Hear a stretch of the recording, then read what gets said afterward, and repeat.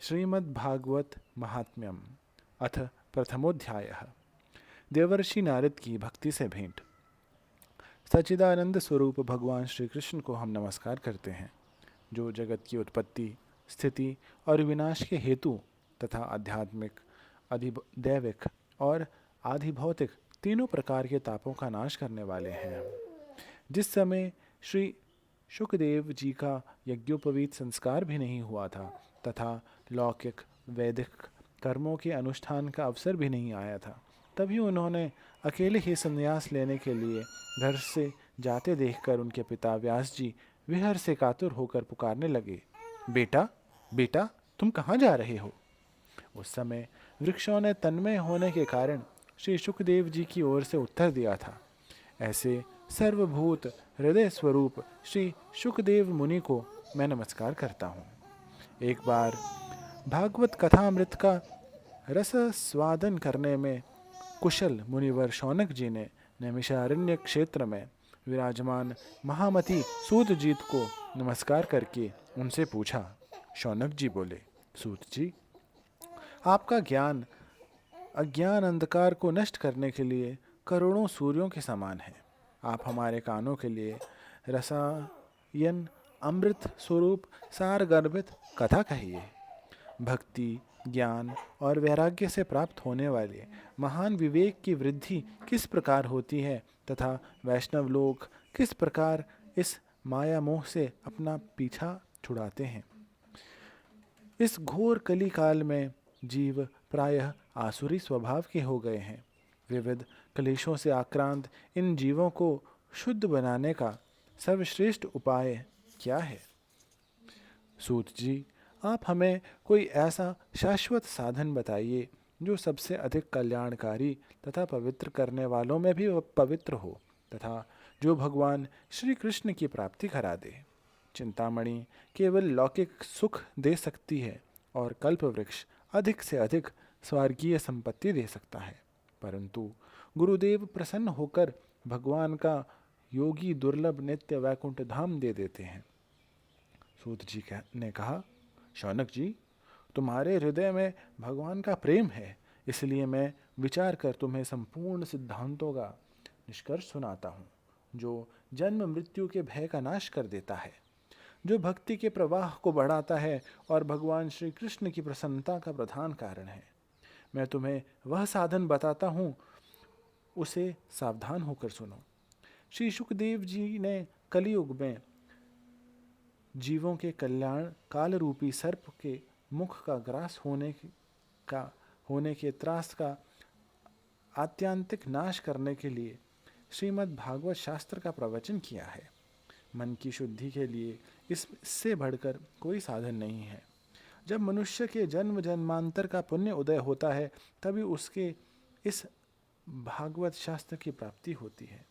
जब शुकदेव जी राजा परीक्षित को यह कथा सुनाने के लिए सभा में विराजमान हुए, तब देवता लोग उनके पास अमृत का कलश लेकर आए। देवता अपना काम बनाने में बड़े कुशल होते हैं, अतः यहाँ भी सबने शुकदेव मुनि को नमस्कार करके कहा, आप यह अमृत लेकर बदले में हमें कथामृत दान कीजिए। इस प्रकार परस्पर विनिमय हो जाने पर राजा परीक्षित अमृत का पान करें और हम सब श्रीमद् भागवत रूप अमृत का पान करेंगे। इस संसार में कहाँ कांच और कहाँ महामूल्य मणि तथा कहाँ सुधा और कहाँ कथा। श्री शुकदेव जी ने उस समय देवताओं की हंसी उड़ा दी। उन्होंने भक्ति शून्य जानकर कथामृत का दान नहीं किया। इस प्रकार यह श्रीमद् भागवत की कथा देवताओं को भी दुर्लभ है। पूर्व काल में श्रीमद् भागवत के श्रवण से ही राजा परीक्षित की मुक्ति देखकर ब्रह्मा जी को भी बड़ा आश्चर्य हुआ था। उन्होंने सत्यलोक में तराजू बांधकर सब साधनों को तौला। अन्य सभी साधन तौल में हल्के पड़ गए। अपने महत्व के कारण भागवत ही सबसे भारी रहा। यह देखकर सभी ऋषियों को बड़ा विस्मय हुआ। उन्होंने कलयुग में इस भगवद्रूप भागवत शास्त्र को ही पढ़ने सुनने से तत्काल मोक्ष देने वाला निश्चय किया। सप्ताह विधि से श्रवण करने पर यह निश्चय भक्ति प्रदान करता है। पूर्व काल में इसे दयापरायण सनकादि ने देवर्षि नारद को सुनाया था। यद्यपि देवर्षि ने पहले ब्रह्मा जी के मुख से इसे श्रवण कर लिया था, तथापि सप्ताह श्रवण की विधि तो उन्हें सनकादि ने ही बताई थी। शौनक जी ने पूछा, संसारिक प्रपंच से मुक्त एवं विचरणशील नारद जी का सनकादि के साथ संयोग कहाँ हुआ और विधि विधान के श्रवण में उनकी प्रीति कैसे हुई? सूत जी ने कहा, अब मैं तुम्हें वह भक्तिपूर्ण कथा सुनाता हूँ जो श्री शुकदेव जी ने मुझे अपना अनन्य शिष्य जानकर एकांत में सुनाया था।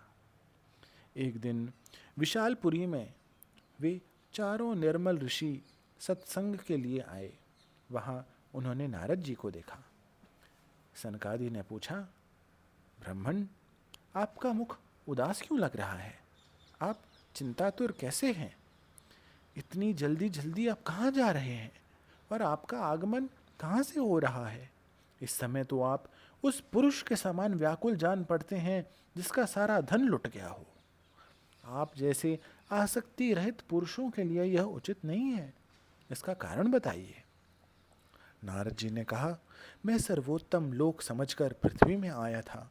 यहाँ पुष्कर, प्रयाग, काशी, नासिक, हरिद्वार, कुरुक्षेत्र, श्रीरंग और सेतुबंद आदि कई तीर्थों में मैं इधर उधर विचरता रहा, किंतु मुझे कहीं भी मन को संतोष देने वाली शांति नहीं मिली। इस समय अधर्म के सहायक कलियुग ने सारी पृथ्वी को पीड़ित कर रखा है। अब यहाँ सत्य, तप, शौच, दया, दान आदि कुछ भी नहीं रहा है। बेचारे जीव केवल अपना पेट पालने में लगे हुए हैं। वे असत्यभाषी, आलसी, मंदबुद्धि, भाग्यहीन, उपद्रवग्रस्त हो गए हैं। जो साधु संत कहे जाते हैं वे पूरे पाखंडी हो गए हैं। दिखने में तो वे विरक्त हैं, किंतु स्त्री, धन आदि सभी का परिग्रह करते हैं। घरों में स्त्रियों का राज्य है। साले सलाहकार बने हुए हैं। लोभ से लोग कन्या विक्रय करते हैं और स्त्री पुरुषों में कलह मचा रहता है। महात्माओं के आश्रम, तीर्थ और नदियों पर यवनों का अधिकार हो गया है। उन दुष्टों ने बहुत से देवालय भी नष्ट कर दिए हैं। इस समय यहाँ न कोई योगी है, न सिद्ध है, न ज्ञानी है और न सत्कर्म करने वाला ही है। सारे साधन इस समय कलयुग रूप दावानल से जलकर भस्म हो गए हैं। इस कलयुग में सभी देवाशी बाजारों में अन्न बेचने लगे हैं। ब्राह्मण लोग पैसा लेकर वेद पढ़ते हैं और स्त्रियां वैश्यावृत्ति से निर्वाह करने लगी हैं। इस तरह कलयुग के दोष देखता और पृथ्वी पर विचरण करता हुआ मैं यमुना जी के तट पर पहुंचा, जहां भगवान श्री कृष्ण की अनेक लीलाएं हो चुकी हैं। मुनिवरों, सुनिए, मैंने वहाँ एक बड़ा आश्चर्य देखा। वहाँ एक युवती स्त्री खिन्न मन से बैठी थी। उसके पास दो वृद्ध पुरुष अचेत अवस्था में पड़े और जोर से सांस ले रहे थे। वह तरुणी उनकी सेवा करती हुई कभी उन्हें चेत करने का प्रयत्न करती और कभी उनके आगे रोने लगती थी। वो अपने शरीर के रक्षक परमात्मा को दिशों दिशाओं में देख रही थी। उसके चारों ओर सैकड़ों स्त्रियां उसे पंखा झल रही थी और बार बार समझाती जाती थी। दूर से यह सब चरित्र देखकर मैं कौतूहलवश उसके पास चला गया। मुझे देखकर वह युवती खड़ी हो गई और बड़ी व्याकुल होकर कहने लगी। युवती ने कहा, अरे महात्मा जी, क्षण भर ठहर जाइए और मेरी चिंता को भी नष्ट कर दीजिए। आपका दर्शन तो संस्कार के सभी पापों को सर्वथा नष्ट कर देने वाला है। आपके वचनों से मेरे दुख की भी बहुत कुछ शांति हो जाएगी। मनुष्य का जब बड़ा भाग्य होता है तभी आपके दर्शन हुआ करते हैं। नारद जी कहते हैं, तब मैंने उस स्त्री से पूछा, देवी, तुम कौन हो? ये दोनों पुरुष तुम्हारे क्या होते हैं? ये तुम्हारे पास ये कमल नयनी देवियां कौन है? तुम हमें विस्तार से अपने दुख का कारण बताओ। युवती ने कहा, मेरा नाम भक्ति है। ये ज्ञान और वैराग्य नामक मेरे पुत्र हैं। समय के फेर से ही ये ऐसे जर्जर हो गए हैं। ये देवियां गंगा जी आदि नदियां हैं। ये सब मेरी सेवा करने के लिए ही आई हैं। इस प्रकार साक्षात देवियों के द्वारा सेवित होने पर भी मुझे सुख शांति नहीं है। तपोधन, अब ध्यान देकर मेरा वृतांत सुनिए। मेरी कथा वैसे तो प्रसिद्ध है, फिर भी उसे सुनकर आप मुझे शांति प्रदान करें। मैं द्रविड़ देश में उत्पन्न हुई, कर्नाटक में बनी, कहीं कहीं महाराष्ट्र में सम्मानित हुई, किंतु गुजरात में मुझको बुढ़ापे में आ घेरा। वहाँ घोर कलयुग के प्रभाव से पाखंडियों ने मुझे अंग भंग कर दिया। चिरकाल तक यह अवस्था रहने के कारण मैं अपने पुत्रों के साथ दुर्बल और निस्तेज हो गई। अब जब से मैं वृंदावन आई, तब से पुनः परम सुंदरी रूपवती नवयुवती हो गई हूँ। किंतु सामने पड़े हुए मेरे ये दोनों पुत्र थके मंदे दुखी हो रहे हैं। अब मैं ये स्थान छोड़कर अन्यत्र जाना चाहती हूँ। ये दोनों बूढ़े हो गए हैं, इसी दुख से मैं दुखी हूँ। मैं तरुणी क्यों और मेरे दोनों पुत्र बूढ़े क्यों? हम तीनों साथ साथ रहने वाले हैं, फिर यह विपरीतता क्यों? होना तो यह चाहिए कि माता बूढ़ी हो और पुत्र तरुण। इसी से मैं आश्चर्यचकित चित्त से अपनी इस अवस्था पर शोक करती हूँ। आप परम बुद्धिमान एवं योग निधि हैं, इसका क्या कारण हो सकता है, बताइए। नारद जी ने कहा, साध्वी, मैं अपने हृदय में ज्ञान दृष्टि से तुम्हारा संपूर्ण दुख का कारण देखता हूँ। तुम्हें विषाद नहीं करना चाहिए। श्री हरि तुम्हारा कल्याण करेंगे। सूत जी कहते हैं, मुनिवर, नारद जी ने एक क्षण में ही उसका कारण जानकर कहा। नारद जी ने कहा, देवी, सावधान होकर सुनो, यह दारुण कलयुग है। इसी से इस समय सदाचार, योग मार्ग और तप आदि सभी लुप्त हो गए हैं। लोग शठता एवं दुष्कर्म में लगकर अघासुर बन रहे हैं। संसार में जहाँ देखो वहीं सत्पुरुष दुख से म्लान है और दुष्ट सुखी हो रहे हैं। इस समय जिस बुद्धिमान पुरुष का धैर्य बना रहे हैं, वही बड़ा ज्ञानी या पंडित है। पृथ्वी क्रमशः प्रतिवर्ष शेष जी के लिए बाहर रूप होती जा रही है। अब यह छूने योग्य तो क्या, देखने योग्य भी नहीं रह गई है, और न इसमें कहीं मंगल ही दिखाई देता है। अब किसी को पुत्रों के साथ तुम्हारा दर्शन भी नहीं होता। विषयानुराग के कारण अंधे बने हुए जीवों से उपेक्षित होकर तुम जर्जर हो रही थी। वृंदावन के संयोग से तुम फिर नवीन तरुणी हो गई हो। अतः यह वृंदावन धाम धन्य है, जहाँ भक्ति पवित्र नृत्य कर रही है। परंतु तुम्हारे इन दोनों पुत्रों का यहाँ कोई ग्राहक नहीं है, इसलिए इनका बुढ़ापा नहीं छूट रहा है। यहाँ इनको कुछ आत्म सुख की प्राप्ति होने के कारण ये सोते से जान पड़ते हैं। भक्ति ने कहा, राजा परीक्षित ने इस पापी कलयुग को क्यों रहने दिया? इसके आते ही सब वस्तुओं का सार न जाने कहाँ चला गया। करुणामय श्री हरि से भी यह अधर्म कैसे देखा जाता है? मुने, मेरा यह संदेह दूर कीजिए। आपके वचनों से मुझे बड़ी शांति मिली है।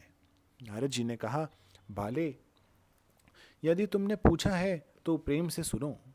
कल्याणी, मैं तुम्हें सब बताऊंगा और तुम्हारा दुख दूर हो जाएगा। जिस दिन भगवान श्री कृष्ण इस भूतल को छोड़कर अपने परम धाम को पधारे, उसी दिन से यहाँ संपूर्ण साधनों में बाधा डालने वाला कलयुग आ गया। दिग्विजय के समय राजा परीक्षित की दृष्टि पड़ने पर कलयुग दीन के समान उनके शरण में आया। भ्रमर के समान सारग्रही राजा ने यह निश्चय किया कि इसका वध मुझे नहीं करना चाहिए, क्योंकि जो फल तपस्या, योग एवं समाधि से भी नहीं मिलता, कलयुग में वही फल श्री हरि कीर्तन से ही भली भांति मिल जाता है। इस प्रकार सारहीन होने पर भी उसे इस एक ही दृष्टि से सारयुक्त देखकर उन्होंने कलयुग में उत्पन्न होने वाले जीवों के सुख के लिए ही इसे रहने दिया था। इस समय लोगों के कर्म में प्रवृत्त होने के कारण सभी वस्तुओं का सार निकल गया है और पृथ्वी के सारे पदार्थ बीजहीन भूसी के समान हो गए हैं। ब्राह्मण केवल अन्न धन के लोभवश घर घर एवं जन जन को भगवत की कथा सुनाने लगे हैं, इसलिए कथा का सार चला गया है। तीर्थों में नाना प्रकार के अत्यंत घोर कर्म करने वाले नास्तिक और नारकी पुरुष भी रहने लगे हैं, इसलिए तीर्थों का भी प्रभाव जाता रहा है। जिसका चित्त निरंतर काम क्रोध महान लोभ एवं तृष्णा में तपता रहता है, वो भी तपस्या का ढोंग करने लगे हैं, इसलिए तप का भी सार निकल गया है। मन पर काबू न होने के कारण तथा लोभ दंभ और पाखंड का आश्रय लेने के कारण एवं शास्त्र का अभ्यास न करने से ध्यान योग का फल मिट गया। पंडितों की तो यह दशा है कि वे अपनी स्त्रियों के साथ पशु की तरह रमण करते हैं, उनमें संतान पैदा करने की ही कुशलता पाई जाती है। मुक्ति साधन में वे सर्वथा ही अकुशल हैं। संप्रदाय अनुसार प्राप्त हुई वैष्णवता भी कहीं देखने में नहीं आती। इस प्रकार जगह जगह सभी वस्तुओं का सार लुप्त हो गया है। यह तो इस युग का स्वभाव ही है, इसमें किसी का दोष नहीं है। इसी से पुंडरीकाक्ष भगवान बहुत समीप रहते हुए भी यह सब सह रहे हैं। सूत जी कहते हैं, शौनक जी, इस प्रकार देवर्षि नारद के वचन सुनकर भक्ति को बड़ा आश्चर्य हुआ। फिर उसने जो कुछ कहा उसे सुनिए। भक्ति ने कहा, देवर्षि, आप धन्य हैं। मेरा बड़ा सौभाग्य था जो आपका समागम हुआ। संसार में साधुओं का दर्शन ही समस्त सिद्धियों का परम कारण है। आपका केवल एक बार उपदेश धारण करके कयाधु कुमार प्रहलाद ने माया पर विजय प्राप्त कर ली थी। ध्रुव ने भी आपकी ही कृपा से ध्रुव पद प्राप्त किया था। आप सर्वांगल मंगलमय एवं साक्षात श्री ब्रह्मा जी के पुत्र हैं। मैं आपको नमस्कार करती हूँ। इति श्री पद्म पुराणे उत्तरखंडे श्रीमद्भागवत महात्म्ये भक्ति नारद समागमो नाम प्रथमोऽध्यायः।